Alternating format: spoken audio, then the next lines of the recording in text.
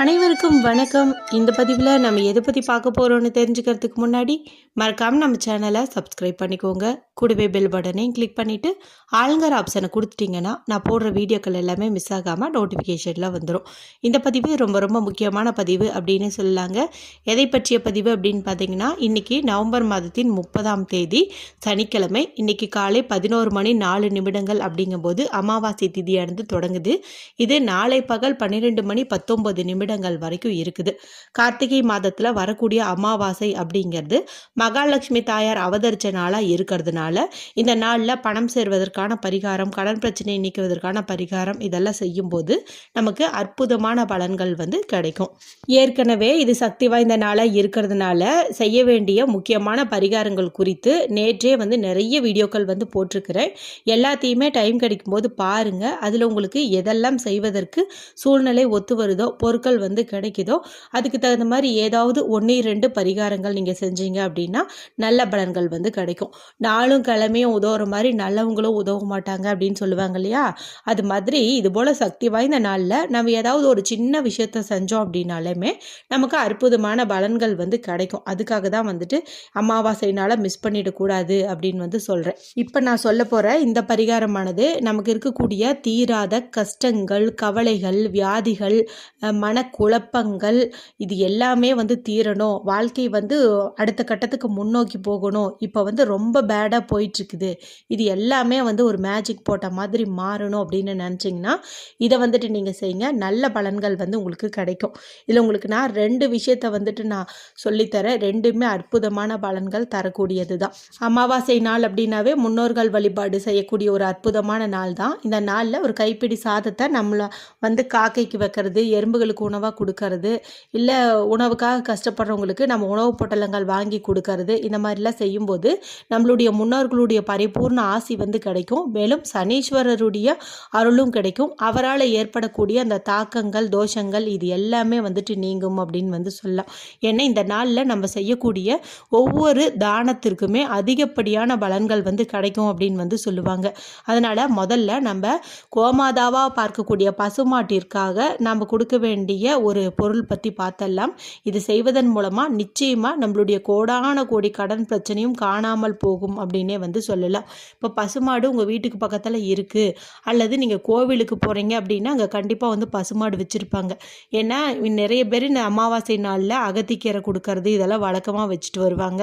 அந்த மாதிரி நீங்கள் பசுமாடு பார்க்கும்போது நீங்கள் என்ன பண்ணுறீங்க அப்படின்னா ஒரு வாழைப்பழம் வாங்கிக்கோங்க.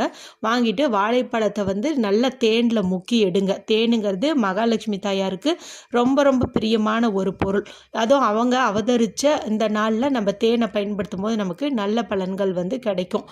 மேலும் பசுமாடு அப்படிங்கிறதே பார்த்திங்கன்னா மகாலட்சுமியின் அம்சமாக தான் பார்க்கப்படுது. அதனால நல்ல அந்த வாழைப்பழத்தை தேனில் முக்கி நீங்கள் பசுமாட்டிற்கு கொடுக்கறது அப்படிங்கிறது அற்புதமான பலனை தரும்.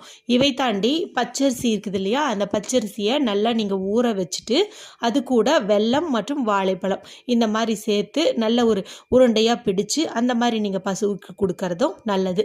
அடுத்து எப்பவும் போல் நீங்கள் இந்த அகத்திக்கீரை கொடுக்கறதும் நல்ல பலனை கொடுக்கும். மேலும் இந்த சனிக்கிழமையாக இருக்கிறதுனால நீங்கள் எள்ளு புண்ணாக்கு அப்படின்னு சொல்லிட்டு கடையில் கிடைக்கும். அந்த மாதிரி எள்ளு புண்ணாக்கு கிடைச்சிச்சு அப்படின்னா நீங்கள் இதை பசுமாட்டிற்கு கொடுக்கறது அற்புதமான பலன்களை தரும். அதே போல் காகத்திற்கும் நீங்கள் இன்னைக்கு அது கொடுக்கறது நல்ல ஒரு பலனை உங்களுக்கு கொடுக்கும். உங்களுடைய கஷ்டங்கள் தீரவும், கடன் தீரவும், முன்னோர் சாபம் போகவும் இது ரொம்பவுமே உதவியாக இருக்கும். இந்த மாதிரி நீங்கள் பண்ணிடுங்க. இப்போ பசுமாடெல்லாம் பார்க்க முடியாது, எங்கள் வீட்டுக்கு பக்கத்தில் அதெல்லாம் இல்லை, நாங்கள் சிட்டியில் இருக்கோம் அப்படின்னு நினச்சிங்கன்னா நீங்கள் அட்லீஸ்ட் நான் சொன்ன மாதிரி இந்த பச்சரிசியை ஊற வச்சு அதில் வெள்ளமெல்லாம் கலந்து காக்கைக்காவது நீங்கள் மொட்டை மாடியில் கொண்டு போயிட்டு அரிசிகள் வைக்கலாம். இல்லைன்னா அரிசியை சர்க்கரையோடு கொஞ்சம் பொடிச்சு மண் இருக்கிற இடமா பார்த்து போட்டிங்கன்னா அங்கே இருக்கக்கூடிய எறும்புகள் சாப்பிட்டு உங்களை ஆசீர்வதிக்கும். அந்த மாதிரி நீங்கள் பண்ணிக்கலாம். சரி, அடுத்ததாக நம்ம பார்க்க போகிறது இன்று இரவு நம்ம தூங்கும்போது தலகாணி கடியில் வச்சு தூங்க வேண்டிய ஒரு முக்கியமான பொருள் பற்றி தான். அதுவும் இன்னைக்கு இந்த பரிகாரத்தை செய்யும் போது உங்களுக்கு அற்புதமான பலன்கள்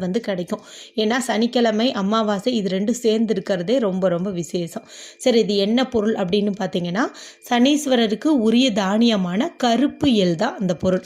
நம்ம எப்போதுமே சனிக்கிழமை நாளில் கோவிலுக்கு போகும்போது அங்கே சின்னதாக வந்துட்டு எள் மூட்டை ரெடி பண்ணி நம்மளுடைய தலையை சுற்றி அதை வந்து சனீஸ்வரர் முன்னாடி வந்து எள் தீபமாக வந்து ஏற்றி வைப்போம். ஏன் அப்படின்னு கேட்டிங்கன்னா நமக்கு இருக்கக்கூடிய இந்த கஷ்டங்கள் போகணும், கடன் பிரச்சனை நீங்கணும், கர்ம வினை போகணும், பாவங்கள் போகணும் அப்படிங்கிறதுக்காக தான் செய்வோம்.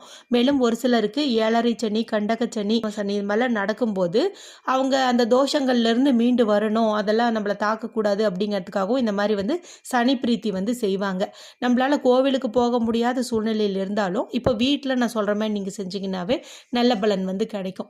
இதுக்கு நமக்கு தேவையானது அப்படின்னு பார்த்தீங்கன்னா கருப்பு நிறத்தில் இருக்கக்கூடிய ஏதாவது ஒரு காட்டன் துணி எடுத்துக்கோங்க. இல்லைன்னா கருநீலம் அந்த டார்க் ப்ளூவாக இருக்கும் இல்லையா, அது வந்துட்டு எடுத்துக்கோங்க. இது 2 கலரும் இல்லை அப்படின்னா வந்து சிவப்பு நிறம் வந்து பயன்படுத்துங்க.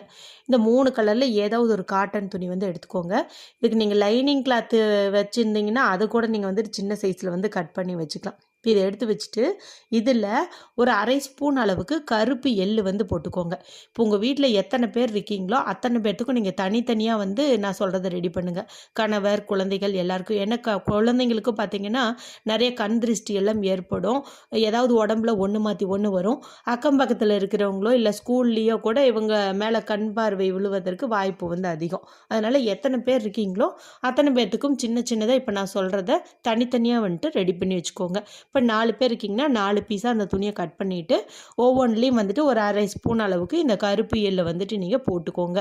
போட்டுட்டு இப்போ நல்லதாக சின்னதாக ஒரு முடிச்சு மாதிரி வந்துட்டு போட்டுக்கோங்க.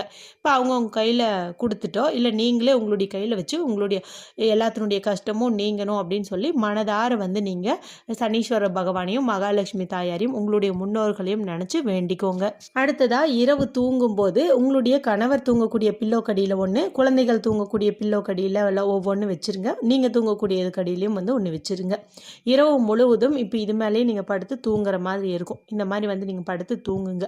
காலையில் எழுந்ததும் குளிக்கிறதுக்கு முன்னாடி, நாளைக்கு ஞாயிற்றுக்கிழமை ஒவ்வொருத்தங்க லேட்டாக கூட எழுந்திருப்பீங்க, அது ஒன்றும் தவறு கிடையாது.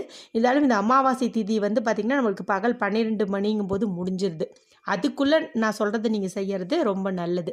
முடிஞ்ச அளவுக்கு காலையில் ஒரு 10 மணிக்குள்ளே எல்லோரும் எழுந்துருவாங்க இல்லையா, அப்போ யார் யார் தலகாணி கடியில் யார் யார் முடிச்சு வச்சுருந்தாங்களோ அதுக்கு தகுந்த மாதிரி நீங்கள் இப்போ கணவரை எழுப்பிட்டு அவங்க அடியில் இருக்க அந்த பில்லோவில் இருக்கிற முடிச்சு எடுத்து அவங்கள கிழக்கு பக்கம் பார்த்த மாதிரி வீட்டுக்குள்ளேயோ வீட்டுக்கு வெளியிலையோ நிற்க வச்சு அவங்களுடைய தலையை இந்த பக்கம் வலமிருந்து இடம் 8 முறை, இடமிருந்து வலம் 8 முறை, இந்த மாதிரி வந்துட்டு நீங்கள் அவங்களுடைய தலையை சுற்றிக்கோங்க.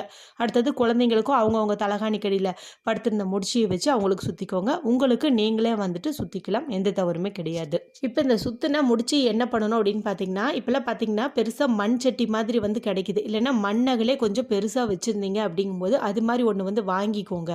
ஏன்னா இது மாதிரி திருஷ்டி பரிகாரத்துக்கெல்லாம் இதை நீங்கள் பயன்படுத்திக்கலாம். ரெகுலராக அதை செய்யறதுக்குன்னே தனியாக இருக்கிறதும் நல்லது தான். இப்போ நீங்கள் அதை எடுத்துகிட்டு அதில் வந்து இந்த முடிச்சியெல்லாம் வச்சுட்டு கூடவே வந்துட்டு ஒரு கற்பூரம் வந்துட்டு வச்சு நீங்கள் வந்து இது எரிச்சு விட்ருங்க. இப்போ இந்த கற்பூரம் எரிய இந்த மூட்டைக்குள்ளே இருக்கிற இந்த எள்ளும் வந்து வெடிக்க ஆரம்பிக்கும். இத்தோடு உங்களை பிடிச்சிருக்கக்கூடிய அத்தனை கஷ்டங்களும் கவலைகளும் வந்துட்டு வெடிக்க ஆரம்பிச்சிடும். இப்போ நீங்கள் இதை சுற்றி போட்ட பிறகு தான் வந்துட்டு குளிக்கணும். குளிக்கிறது வந்து தலைக்கு குளிக்கிறது ரொம்ப சிறப்பு. ஒருவேளை உடம்பு சரியில்லை, சளி பிடிச்சிருக்கு, காய்ச்சலுங்கும் போது தலையில் 3 தடவை தண்ணீரை தெளிச்சுக்கிட்டு அதன் பிறகு உடம்புக்கும் அது குளிக்கிறது நல்லது. ரொம்ப ரொம்ப சிம்பிளான இப்போ நான் சொன்ன இந்த 2 பரிகாரத்தையும் நீங்கள் இன்றைக்கி செஞ்சு பாருங்கள். அற்புதமாக உங்களுடைய வாழ்க்கை வந்து மாறப்போகுது. நீங்கள் எதெல்லாம் நடந்தால் நல்லா இருக்கும்னு நினச்சிங்களோ அது எல்லாமே உங்களுக்கு வந்துட்டு வாழ்க்கையில் நடக்க போகுது. வீடியோ குறித்து ஏதாவது சந்தேகங்கள் இருந்துச்சுன்னா கமெண்ட் பண்ணுங்கள். பிடிச்சிருந்தா மற்றவங்களோட ஷேர் பண்ணுங்கள், லைக் பண்ணுங்கள். மற்றும் ஒரு பயனுள்ள பதிவில் உங்களை சந்திக்கிறேன். நன்றி, வணக்கம்.